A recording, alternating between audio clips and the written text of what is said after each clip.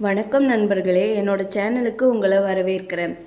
கர்ணனை போற்றும் கிருஷ்ணர் பாகம் 1 அனைவரும் சென்று கிருஷ்ணரிடம் கேட்கின்றனர். கர்ணன் மட்டும் எப்படி கொடைவள்ளல் என்று அதற்கு நான் நிரூபித்து காட்டுகிறேன் என்று அவரின் லீலை மூலம் அனைவருக்கும் உணர்த்துகிறார். ஆனால் அவர்கள் அதை ஏற்றுக்கொள்ளவில்லை. எனவே நான் நேரடியாகவே பரீட்சை வைத்து உங்களுக்கு நிரூபிக்கிறேன் என்று கூறுகிறார். கூறிவிட்டு துரியோதனன், கர்ணன், பஞ்சபாண்டவர்கள் மூவர் தரப்பையும் அழைக்கிறார். அழைத்து, நான் இமயமலையை விட மிகப்பெரிய ஸ்வர்ண பர்வதத்தை உருவாக்கியுள்ளேன். அதை ஆளுக்கு 1 வீதம் நான் கொடுக்கிறேன். அதை நீங்கள் நாளை சூரியன் உதித்து அஸ்தமிப்பதற்குள் தானமாக அழித்து விட வேண்டும் என்று கூறுகிறார். அனைவரும் அதை தானம் பெற்றுக்கொண்டு சென்று அதற்கான பணிகளை மேற்கொண்டிருக்கின்றனர். மறுநாள் மாலை சூரியன் அஸ்தமிக்கும் போது ஸ்ரீகிருஷ்ணர் துரியோதனனிடம் செல்கிறார். எவ்வளவு மலைகளை நீ தானம் அளித்துள்ளாய் என்று பார்க்கிறார்.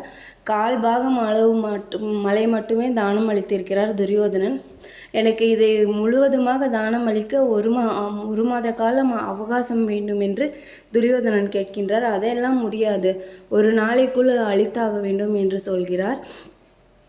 பிறகு துரியோதனனுக்கு பஞ்சபாண்டவர்கள் என்ன செய்கிறார்கள் என்று பார்க்க வேண்டும் என்ற ஆசை. அதனால் ஸ்ரீ கிருஷ்ணரும் துரியோதனனும் பஞ்சபாண்டவர்களிடம் செல்கின்றனர். அங்கும் இதே நிலைமைதான். அவர்களும் அதையே கூறுகின்றனர். 1 மாத காலம் அவகாசம் வேண்டும், முழு மலையையும் தானம் அளிக்க என்று கேட்கின்றனர். பிறகு அனைவருக்குமே கர்ணன் என்ன செய்கிறார் என்று பார்க்க வேண்டும் என்ற ஆசை. அதனால் அனைவரும் கர்ணனிடம் செல்கின்றனர். அப்பொழுது ஸ்ரீ கிருஷ்ணர் கேட்கிறார், நான் உனக்கு ஒரு மலையை அளித்தேன் அல்லவா என்று கேட்கிறார். மலையானால் அப்படியே இருந்தது. எந்த மலை என்று கர்ணன் கேட்கிறார். நான் மூவருக்கும் சொர்ண பர்வதத்தை அளித்தேன் அல்லவா, அந்த மலைதான் என்று சொல்கிறார்.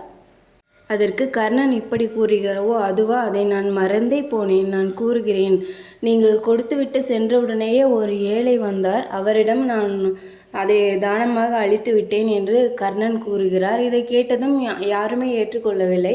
நாடு முழுவதும் அதை பயனடைய வேண்டும் அல்லவா, நாட்டு மக்கள் அனைவருக்குமே அதை அளிக்க வேண்டும்.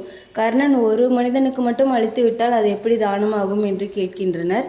அதற்கு கர்ணனிடமே விளக்கமும் கேட்கின்றனர். அவர் கூறுகிறார், அந்த ஏழை வேறு தேசத்திலிருந்து வந்திருந்தார். அவருடைய தேசம் வறுமையால் வாடிக்கொண்டிருக்கிறது. நாட்டு மக்கள் அனைவரும் துயருற்று இருக்கிறார்கள் என்று கூறினார். அதனால்தான் அந்த மலையை அப்படியே கொடுத்து உன் நாட்டு மக்களை பசி போக்கு என்று நான் சொல்லிவிட்டேன் என்று கர்ணர் கூறுகிறார். ஸ்ரீ கிருஷ்ணர் கூறுகிறார், நீங்கள் அனைவரும் அதை பெயர்த்தெடுத்து உங்கள் கைகளால் கொடுத்து நீங்கள் அதன் மூலம் பெருமை அடைய வேண்டும் என்று நினைத்தீர்கள். ஆனால் கர்ணன் அப்படி நினைக்கவில்லை. மக்களின் துயரை மட்டுமே போக்க வேண்டும் என்று அதை தானம் அளித்தான். அதனால் கர்ணன் அளித்த தானம்தான் சிறந்தது. எனவே கர்ணன் எப்பொழுதுமே கொடைவள்ளல் தான் என்று ஸ்ரீ கிருஷ்ணர் கூறுகிறார். அதை அனைவருமே ஏற்றுக்கொண்டு பஞ்சபாண்டவர்களும் துரியோதனும் தலை குனிகின்றனர். நன்றி. அடுத்த காணொளியில் சந்திப்போம்.